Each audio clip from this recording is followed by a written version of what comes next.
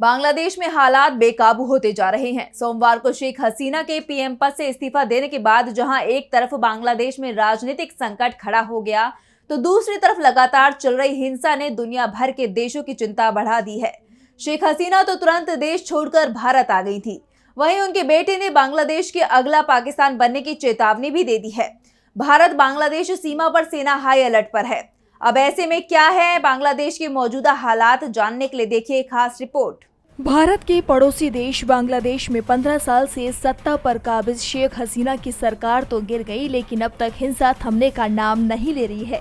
इस बीच शेख हसीना के बेटे सजीव वाजेद ने बांग्लादेश की स्थिति पर बड़ा बयान दिया है। उन्होंने कहा कि बांग्लादेश अब अगला पाकिस्तान बन जाएगा, यही उसका भाग्य है। उन्होंने दावा किया कि बांग्लादेश की इस स्थिति के पीछे पाकिस्तान या अमेरिका का हाथ भी हो सकता है।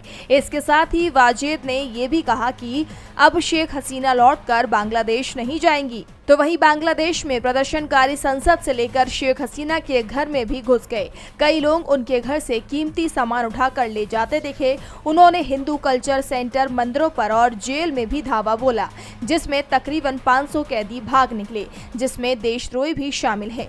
देश में कानून व्यवस्था चरमरा गई है, जिसके बाद सजीव वाजेद का दावा काफी हद तक सच साबित होता हुआ नजर आ रहा है। हालांकि सेना ने अंतरिम सरकार बनाने की घोषणा तो की है, यहाँ तक कि राष्ट्रपति ने इसके लिए संसद भंग करने की भी बात कही है। वहीं छात्रों ने नोबेल पुरस्कार विजेता डॉक्टर मोहम्मद यूनुस को अंतिम सरकार का मुख्य सलाहकार बनाने का ऐलान किया है। वहीं बांग्लादेश नेशनलिस्ट पार्टी की अध्यक्ष खालिदा जिया को भी जेल से रिहा करने का फैसला किया गया है। पड़ोसी देश के हालातों को लेकर भारत भी चिंता में है। जहां संसद में इस मुद्दे पर चर्चा के लिए सर्वदलीय बैठक बुलाई गई थी, तो भारत बांग्लादेश बॉर्डर पर बीएसएफ भी अलर्ट पर है। बीएसएफ के डीजी दलजीत चौधरी लगातार दूसरे दिन भारत बांग्लादेश बॉर्डर के दौरे पर हैं। डीबी लाइव की रिपोर्ट।